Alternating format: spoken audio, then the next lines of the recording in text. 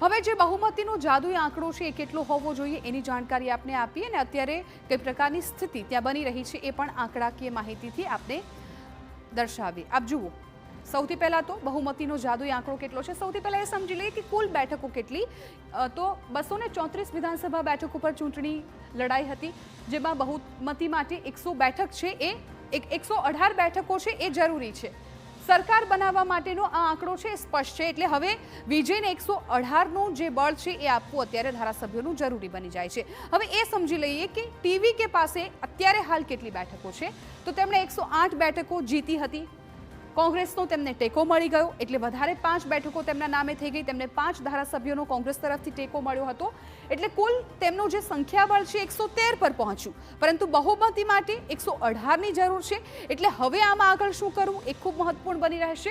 હવે બહુમતી માટે જોઈએ છે 118, અત્યારે એમની પાસે છે 113, હાલનો આંકડો છે 113 બેઠકોનો અને હજુ છે વધારે 5 ધારાસભ્યના ટેકાની જરૂર। એટલે હવે આ 5 ટેકો કોણ આપી શકે છે એના પર નજર રહેશે, તો જ તેમની સરકાર બની શકે તેમ છે। પરંતુ શક્યતા એવી પણ છે કે એમની પાસે બહુમતીના ટેકા માટેના પણ ઓપ્શન્સ છે અને આવતીકાલે તેઓ સરકાર પણ રચી શકે છે।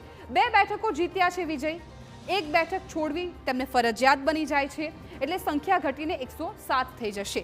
એટલે જે પ્રકારે એમણે ચૂંટણીમાં 108 બેઠકો જીતી હતી, જેમાંથી 2 બેઠકો પર ખુદ લડ્યા હતા, એમાંથી એકમાંથી તેમને ફરજિયાતપણે રાજીનામું આપવું પડી શકે છે, એટલે 107 તો આંકડો આવી ગયો છે। હવે બીજી વાત એ છે, ટેકનિકલ જો વાત કરવામાં આવે તો સ્પીકર મતદાનમાં ભાગ નહીં લે, 1 બેઠક ઘટીને આંકડો 106 થઈ જશે, એટલે 107માંથી પણ 1 ઘટી ગઈ ને 106 થઈ ગયો, અને હવે જરૂર પડશે 12ના ટેકાની।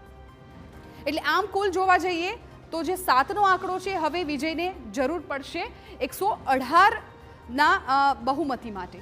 હાલ મજબૂત નથી બહુમતી, વધારાના ટેકા પર નિર્ભરતા છે અને અન્ય પક્ષો સાથે પણ વાતચીત ચાલુ હોવાનું છે। ને વિજયે શાબ્દિક રીતે મૌખિક રીતે તો રાજ્યપાલને પણ કહ્યું છે કે એમની પાસે એ ટેકો પણ છે, પરંતુ હજુ 118 સાથે જે સહીનું પત્ર આપવાનું હોય છે રાજ્યપાલને, એ આપવાનું સત્તાવાર રીતે બાકી છે। પરંતુ જે પ્રકારે શક્યતાઓ વ્યક્ત કરવામાં આવી રહી છે કે આવતીકાલે તેઓ શપથ પણ ગ્રહણ કરી શકે છે, એટલે હવે કાલે જોવાનું રહેશે કે કઈ પ્રકારનું ચિત્ર તમિલનાડુમાં જોવા મળે છે। ફિકર આપનીમાં અન્ય મુદ્દાની પણ કરીશું વાત, પરંતુ હાલ રોકાય એક બ્રેક માટે।